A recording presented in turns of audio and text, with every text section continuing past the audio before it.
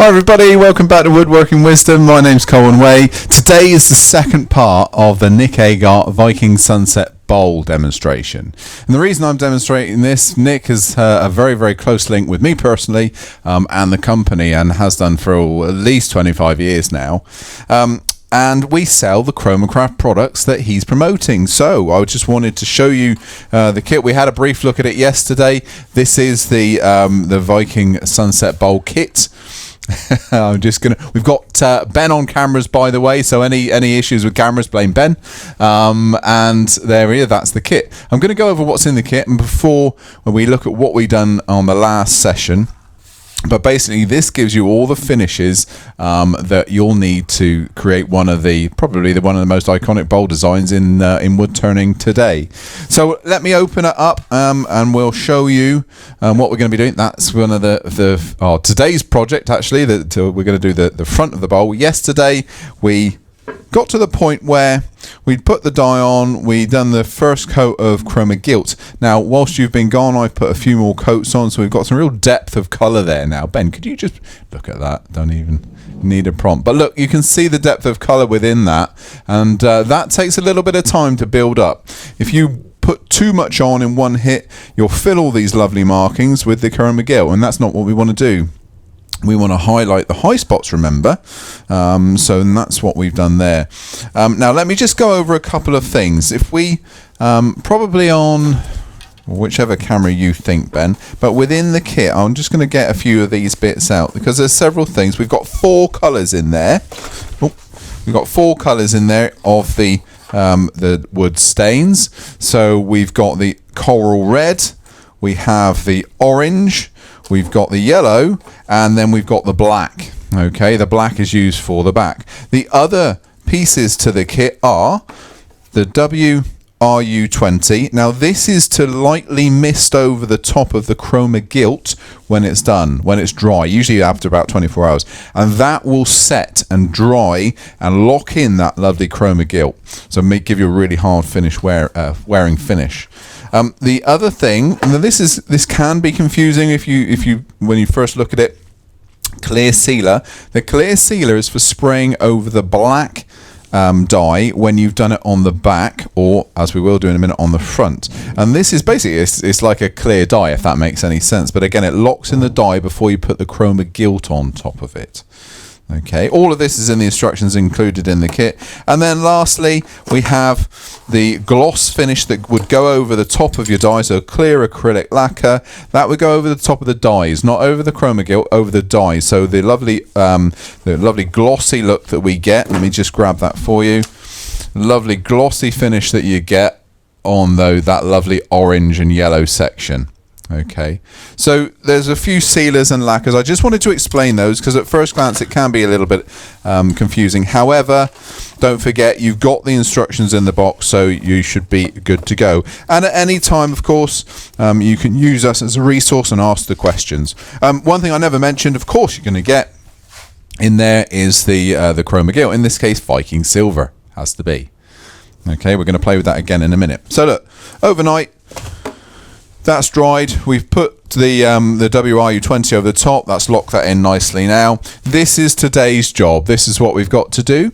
I've been talking to Nick recently about this, and he said if you're going to demonstrate it, probably demonstrate it with the little medallion in the middle separate. So what we're going to do, we're going to listen to his advice. He said to start with, it's probably easier doing it. You can get a much crisper line here if you make this medallion separately and stick it in afterwards. So I'm going to show you a technique to do that. So our first job is we're going to create this nice big rim to show off those lovely punches.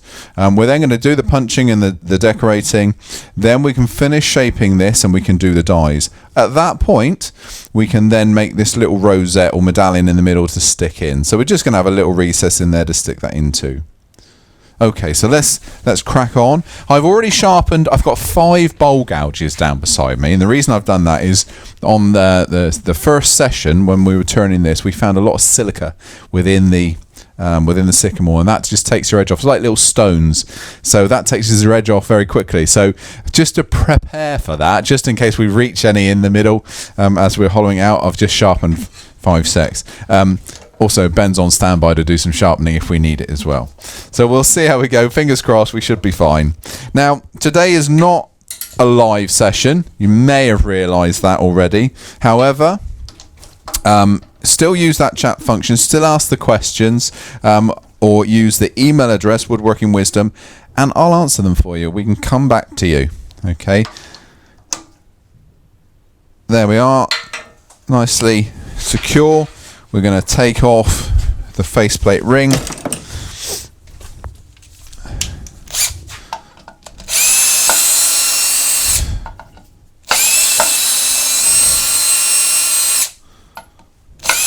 You can already see that there's some telltale signs of silica. These marks here, they're telltale signs that you're going to have something in there. Silica is just a little vein that you'll find. Well, I say it's a little vein. Sometimes it can literally manifest itself into literally little stones inside. And silica is very abrasive.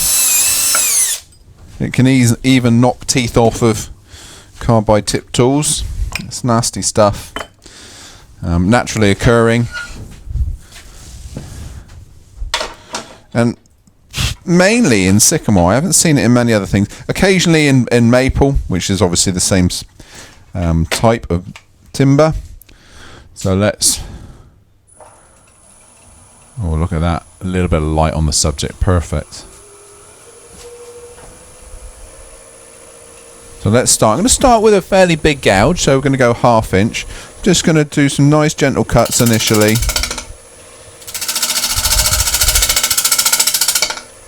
Just want to work the rim first.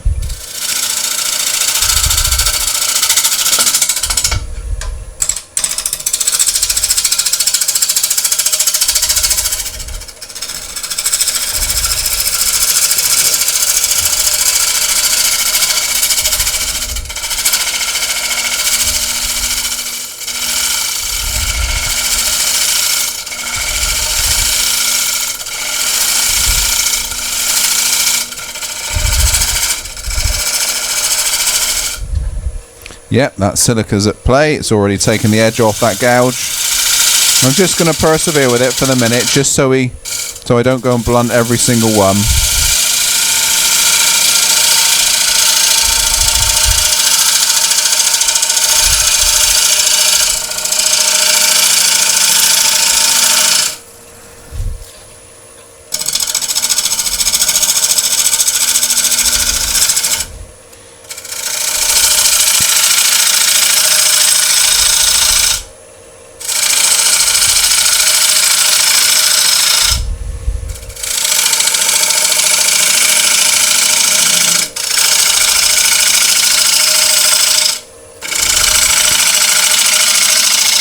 We are. Now I just want to get an eyeball as to where that silica is a minute. So we've got a little vein of it here. We've got an even bigger vein down here, right where I didn't want it. But that's it, we have to deal with that. Let's see if I can get rid of it.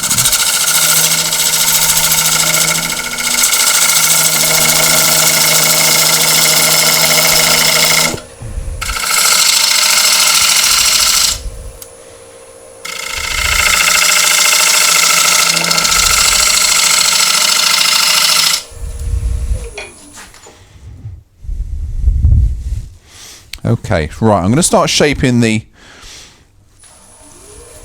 rim now. So what shape do I want to do? I'm going to go similar to what I've done before. So I'm going to make a nice little band on the very outside edge, just tidying things up a little bit. I'm going to come down, leave a proud finish. What I mean by proud finish, just slightly elevated to the rest of the rim. And we'll tidy that up with the skew. Same with the inner edge.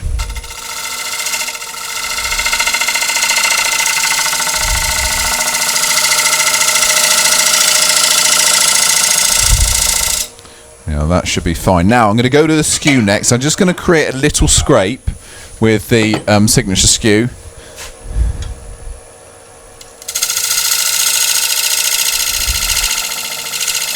Just so that line's nicely defined, and just soften the very outer edge.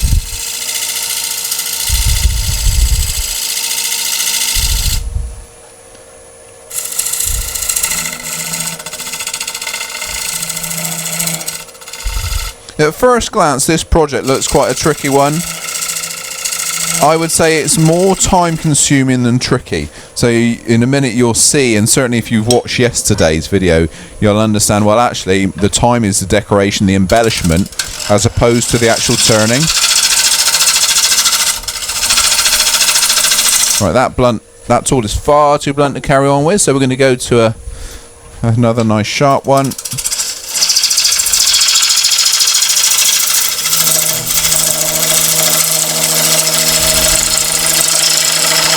And there goes that one as well, as soon as we hit that silica.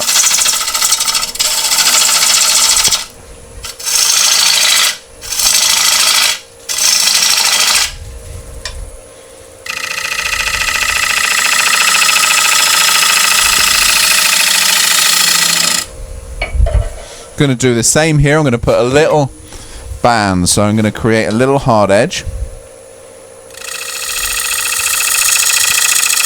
Just with the skew, just the tip. I don't know whether you can see it in there. In fact, let me just stop so you can see that camera. This is a little bit confused. Right in here, you see.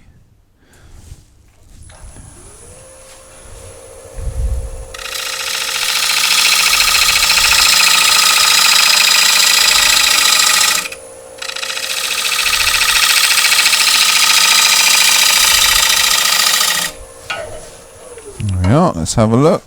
I'm not worried about the thickness of this piece. This is not designed to be very thin. Okay, there's a little bit of mess going on at the top there. Let me just take that away. When I say mess, what I mean is a little bit of fibre. We are going to sand it quite well in a minute, but I don't want any deep tears. And with this sycamore, you should be able to get it reasonably good a finish before sanding.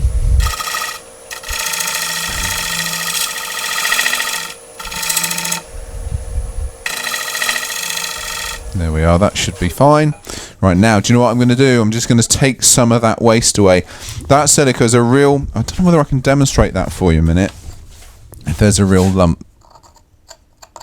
In fact, we may be able to help me out by removing some of it. It is literally like a load of little stones.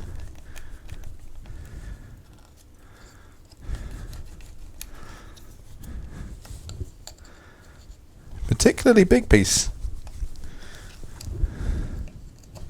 But of course, around all these horrible bits, you get real grain, interesting grain. So this was a crotch section. So where the branches sort of intersect. Whether that's the reason that you get a lot of this silica in there, I don't know. But it's a vein. It's running all the way along through there. So we're going to have to put up with some of it. So let's go ahead and do a little bit more waste removal. Try and find a sharp bit of this chisel.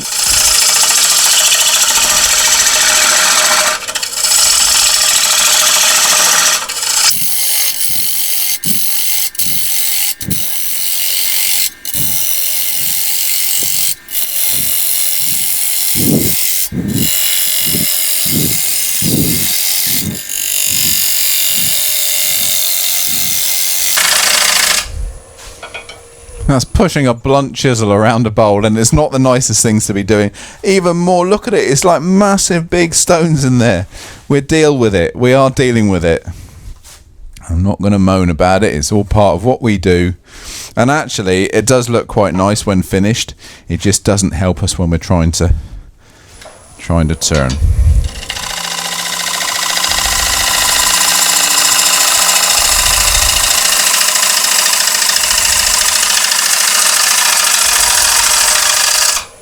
Well, I think that first section is nearly done. I'm not overly happy with the way I come round at the bottom here, so I'm just going to go down a little deeper. In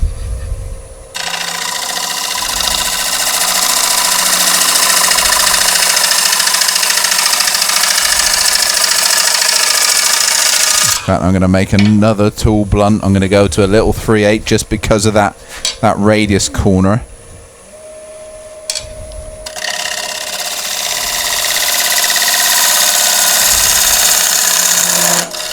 Oh.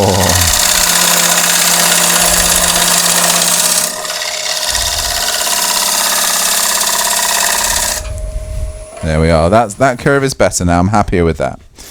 So I'm going to just reinforce this little undercut here. So I'm going to go with a small skew. Use the heel. I just want that little rim to stand out a little bit more. There we are. That's good. Right, now I can carry on removing the waste. I'm just going to have another look at that big vein here. Horrible, horrible stuff. Let's go on with my blunt chisel to start with.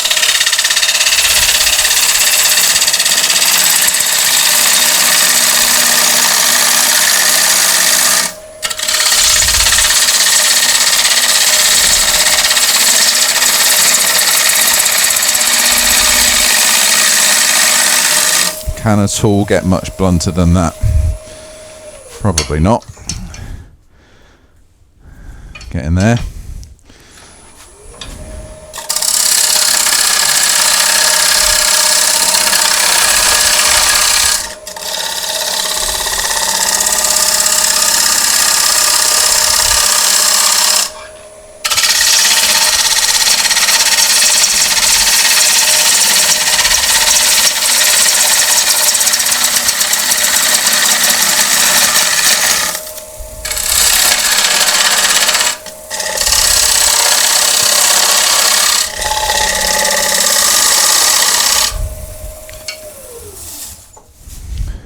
Now, the reason I'm pursuing this piece, despite the fact of that horrible inclusion, is I know that around that is going to be stunning. The markings are going to be really, really lovely.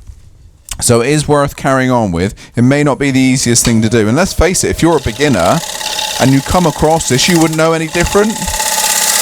You would just put it down to... You would get frustrated and you'd probably put it down to your own ability or your lack of ability to sharpen, which probably isn't the case. It's the fact that you've got those big lumps of stone in there that are blunting your tools. So it's not always, you can't always blame your own ability. Sometimes the timber does create issues. And it's just a case of keep the grinder running.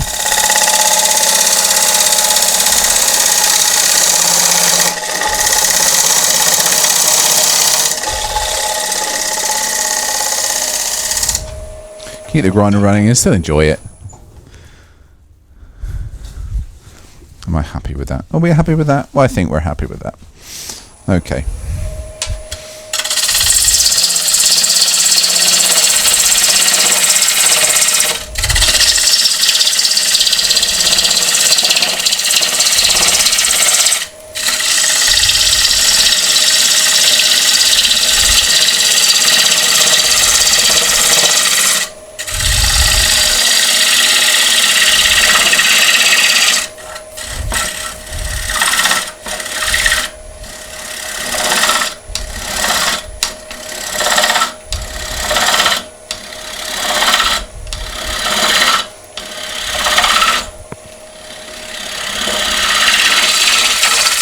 There we are. Right, before we get too thin,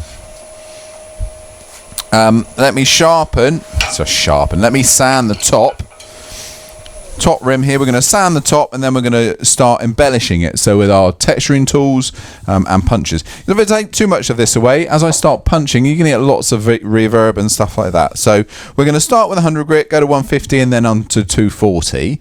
I'm not then worried really about what else we do.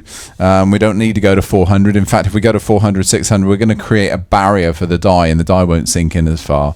So we've got to be fairly careful. So let's start sanding. Like I say, we'll start with 100. Dust extraction's going on.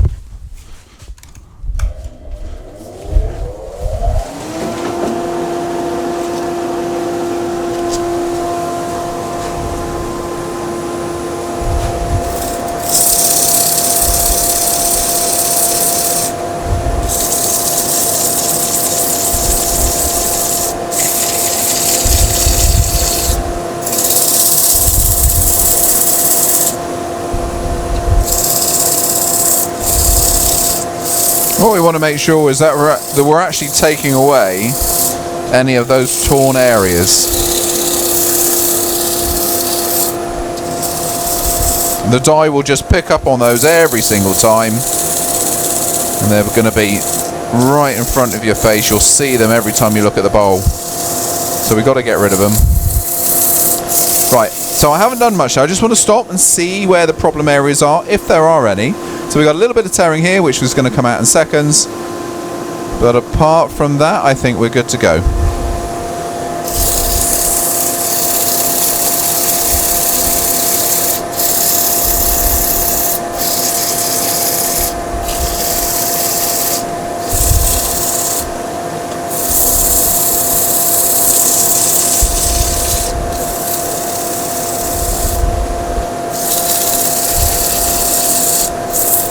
There we are, so 150.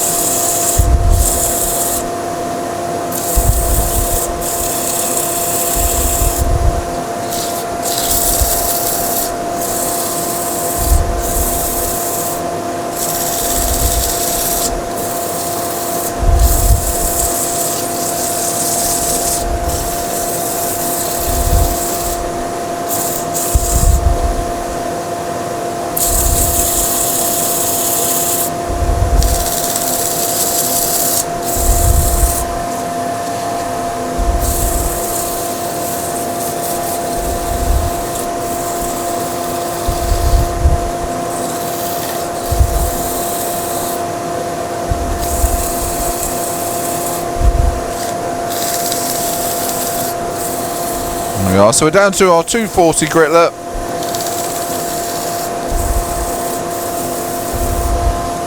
Stop and have a look. I'm happy with that. We're happy that we're ready to put some texture in there. So I'm going to start with the texturing tools. We'll turn this noise off, but the texturing tools do make a lot of noise, especially if you've taken a fair bit away from here. So I'd recommend that you hold as much timber in this section as possible before or whilst you're doing this. If you take it away, like I say, you will get a lot of reverb. I'm going to put some ear protectors on. Ben's already got his ear protection on, and we're going to make some well, we're going to do some sort of parallel lines here first. We'll do a little bit of spiral stuff here, but I want to leave plenty of room for our punches, and we're going to have 4 punches in the top there. So let's start with this one. Make sure we've got plenty of movement. Yeah, and go nice and fine. So same lathe speed we're going to go for here.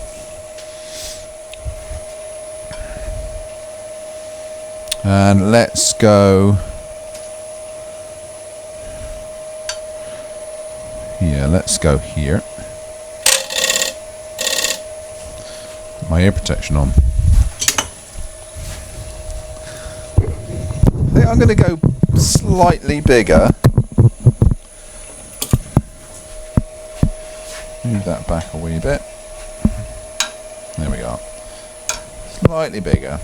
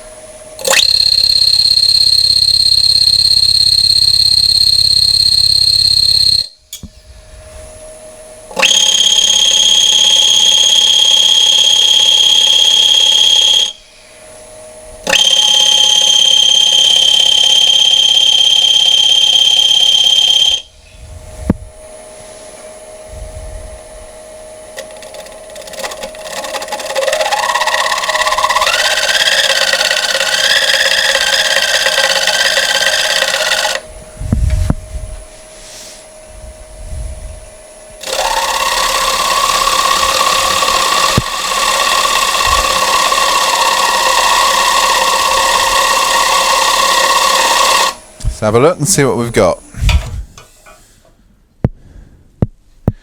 Right, we need to go a little bit more pronounced on the very outer edge. This is lovely. I'm liking this here. The same with this inner section. This is looking really good. Just need to go a little bit more pronounced on this bit.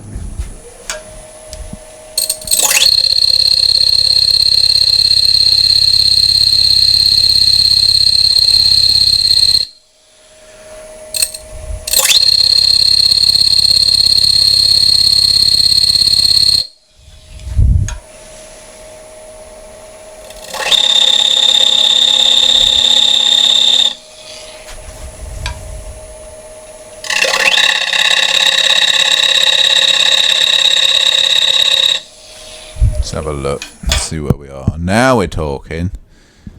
That's much better. Happier with that. I still think I want to go a little bit coarser on that outer rim, so I'm going to come with the other cutter.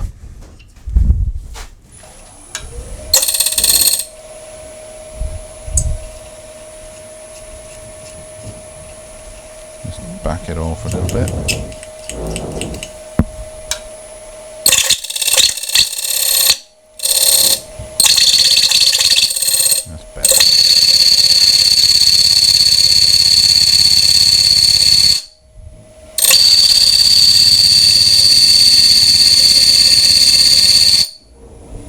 Right, and then remember, in a minute, we're going to just brass brush that off.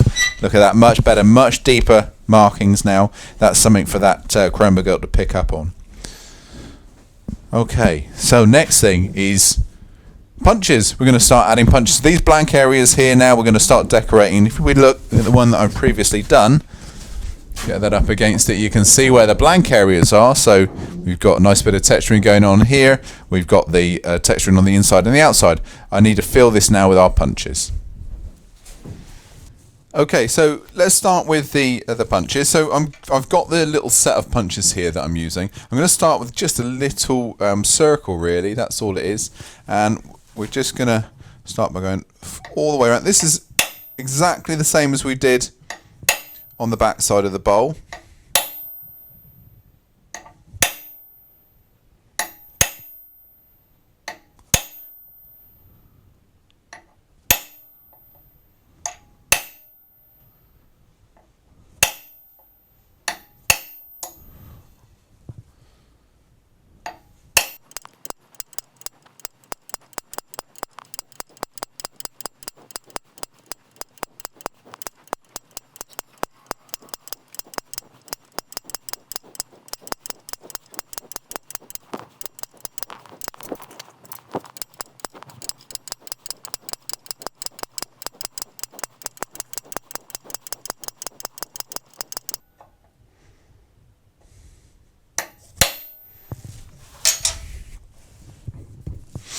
Okay, so there is the first section. Now, I'm getting a little bit of movement in the chuck, so I'm just going to keep checking that as we go. Should get easier the closer to centre you get, but you can see those lovely circles in the outside. We're now going to go with something slightly different. Let's go, again, I'm going to go this little tree sort of form that we've got here. I quite like this one. This one, we used it on that little drape section in the back of the bowl, but I'm going to go in between. Oh, will it fit? Probably won't fit. In that case, let's do it down here. I want to use this one. So let's have a look. You can see the sort of effect where you can, because you're quite a long way away from it there. But when we put the CHROMA gilt on later on, you will definitely see that effect. Okay, so let's start the process again. So all the way around the bowl.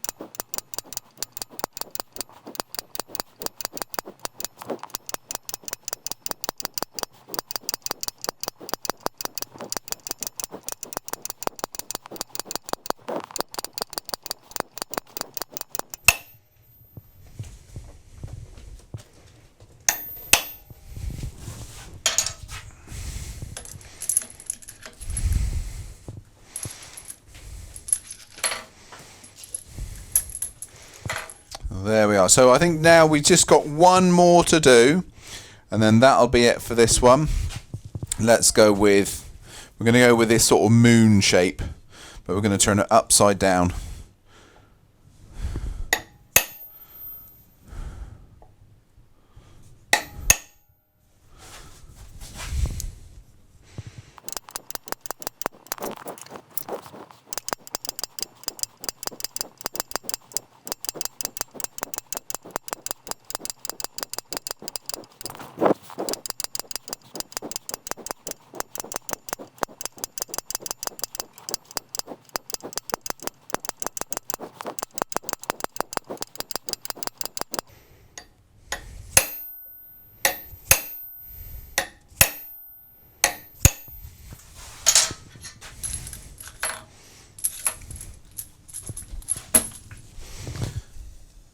So there we are, that's the whole of that rim decorated now. So what we're going to do, I'm just going to make sure the chuck is still secure, because we've done a lot of hammering around on there. So let's just tighten everything back up. And remember that brass brush that we used on the first section, that back side. I'm going to use that just to take out any fibrous areas we might have.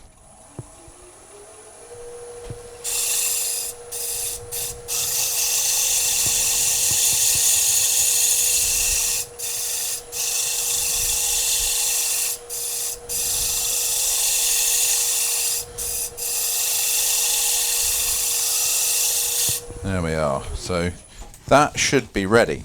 So before I go any further, I'm just going to take out the rest of the bowl, and then we can sand just this area here before we start applying too much of the colour. I want to do that first really, because if I get a little bit of overspray on here, yes, I can absolutely sand that out, but I don't want to do all my hard work here, then start working here for something to go wrong. Usual thing. So let's just get rid of some of that. We don't need the strength there anymore. Now I'm going to start with nicely resharpened 1/2 inch gouge.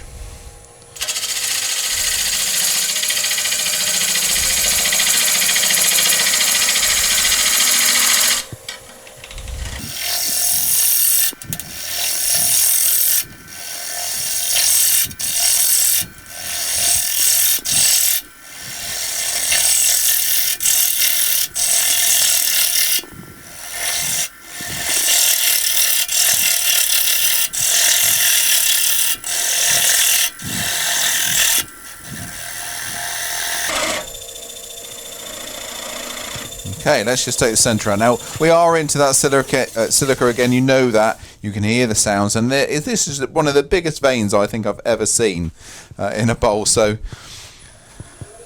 it's taxing.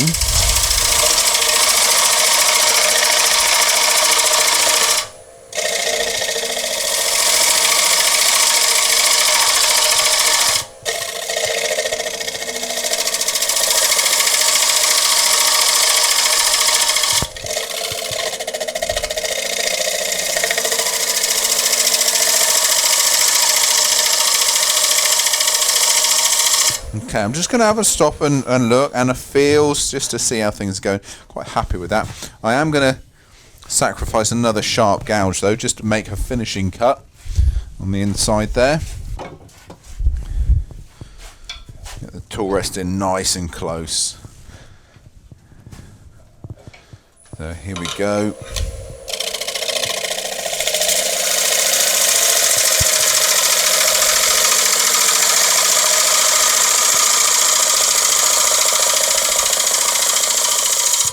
There we are, let's have a look. That should be much cleaner. Oh yeah, lovely. Really, really nice. Happy with that.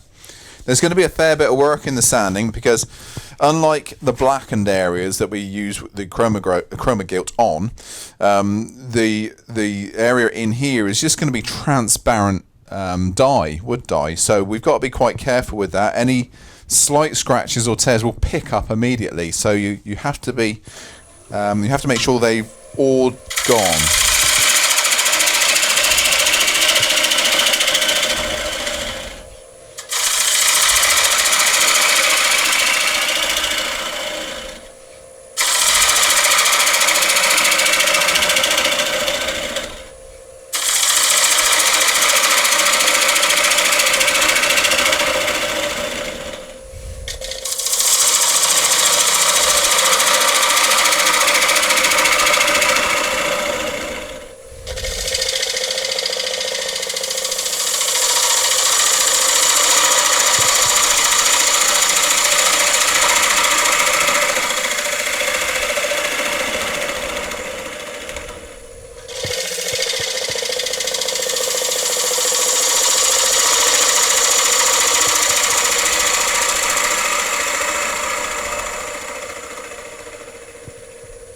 Okay, let's double check. Not too worried about dead center because we're going to put that little medallion in the middle. So I have a little raise here at the moment, little bump, so let's get rid of that. Sacrifice another sharp tool.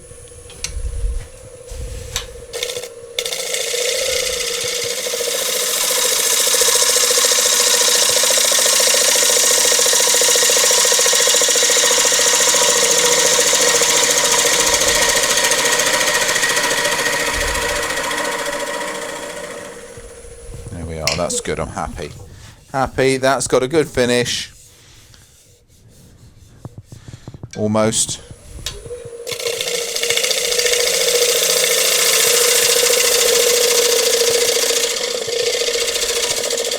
And there we are, now it's got a good finish. Yeah, but that's better. Now I can sand that and we can get the power sander in there and everything. So we're good to go on that bit now. Now I'm not forgetting that right at the end what I want to do is create a little recess that we can put that medallion in. But let's get some sanding done first. We can get that sanding out the way. Then we're good to go with everything else. I can start thinking about colour and all that sort of stuff. So dust extraction on.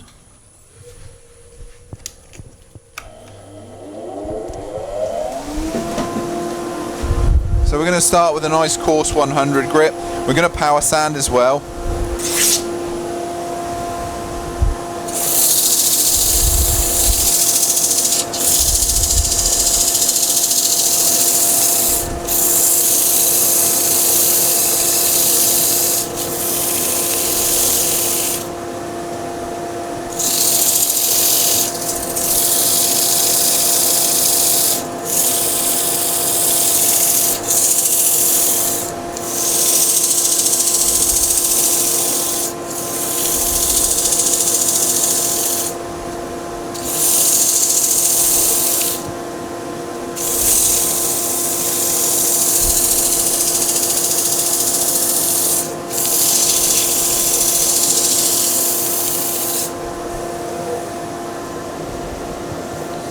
Just looking for those areas that we need to work on. We're going to have some lovely markings coming through when we put the dye on. Some real sort of almost like ripples, really. But yeah, we're looking good already. That timber's looking after me here.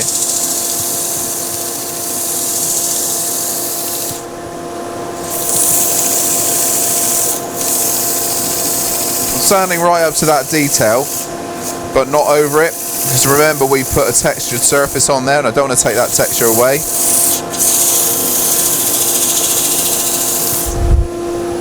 Right, so I'm going to go a little bit power sanding. I'm going to go quite coarse. The one I've taken off is a 180, and see if I can get to a 120 maybe.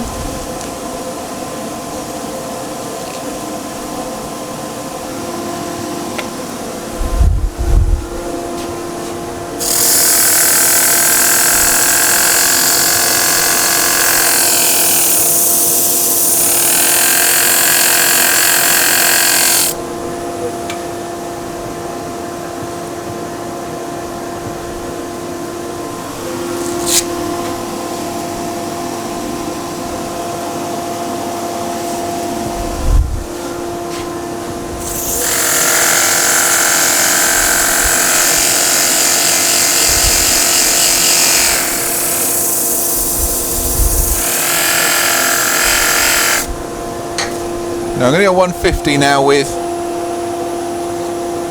my hand sanding.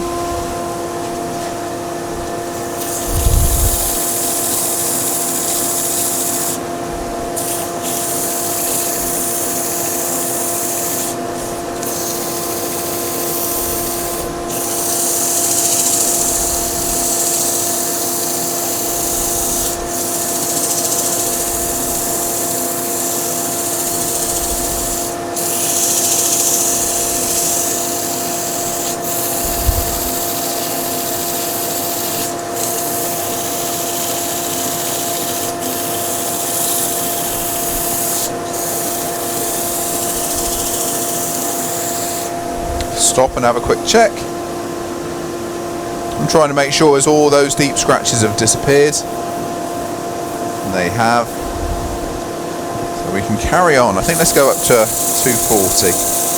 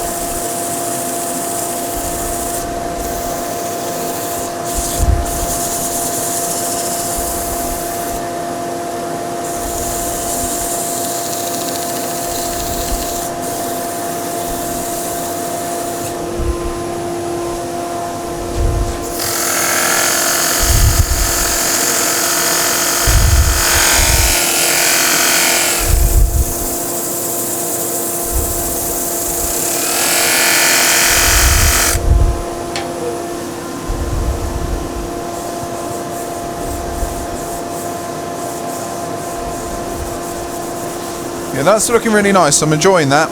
Again, I'm not worried. There's a little swirl mark in there. That's fine because that's going to be taken out. That's going to have that little rosette in the middle.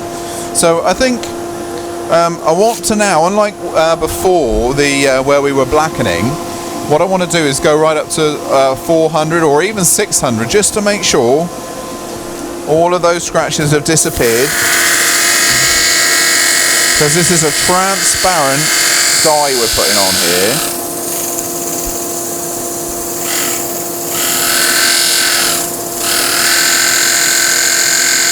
So that was 240. Now going to go on up to a 400. Let's just go over that with a 240 again on the hand sanding as well.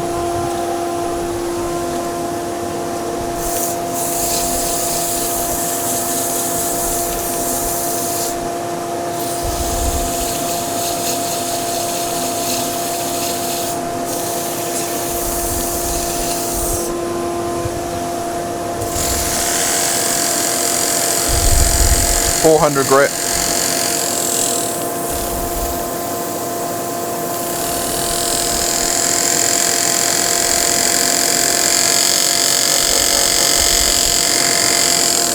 See what that looks like.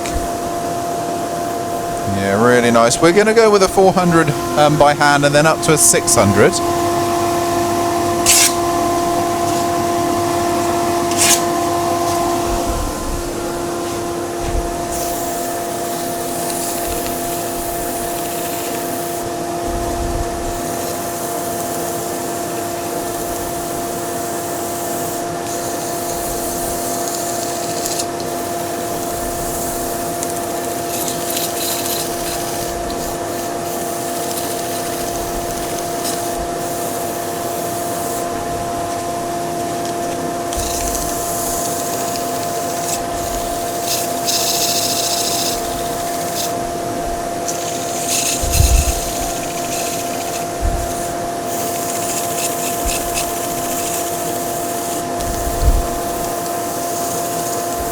There we are. So let's just turn the dust extraction off for the minute. Yeah, really happy with that. What we'll do now is I'm just going to crack on and put the black on to the rim. Now the reason I want to do that, it's going to have to dry. Then we're going to put the clear sealer on over the top of that before we then put the CHROMA gilts. I like just to wait a little bit of time to do that. So what we'll do is we'll put that on now, then we'll just leave it to set just for a while. Make sure everything's nice and tight still, and it is. So we're going to go with the black CHROMA dyes, CHROMA craft dyes. That's my black. I will put the dust extraction back on just to take off any excess dye. Because we've already sanded down to 400 then 600, it's a harder barrier for this dye to get into. So if I do overspray a little bit, then I can go and correct that just by sanding off in a moment. But I'm going to make sure that I try my best not to let that happen by going really close with the airbrush you'll make a very fine fine line. So you can get in close, do that detail, and then come back out a little bit further to do the bulk of the rim. So it's just how you use the airbrush, you can get some really fine detail going. So compressor on, dust extraction on.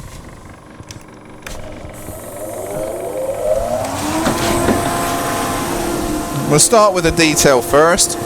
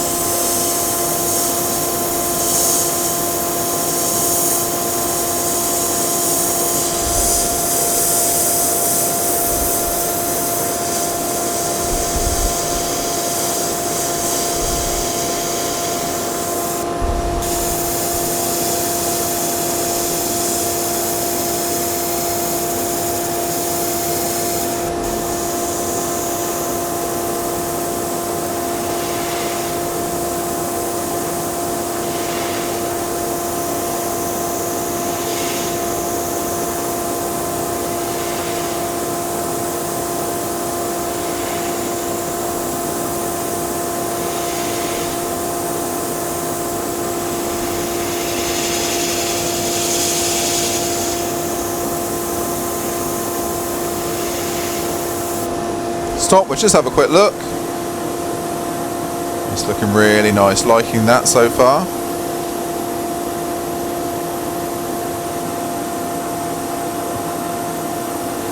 Lovely, I think that's enough. I think we've got plenty on there. We've got the right colour going on. So I'm just going to leave that to set. Just going to leave that to set, and then we'll put the clear sealer over the top of that. And then we can think about the CHROMA gilt again. So come back in 5.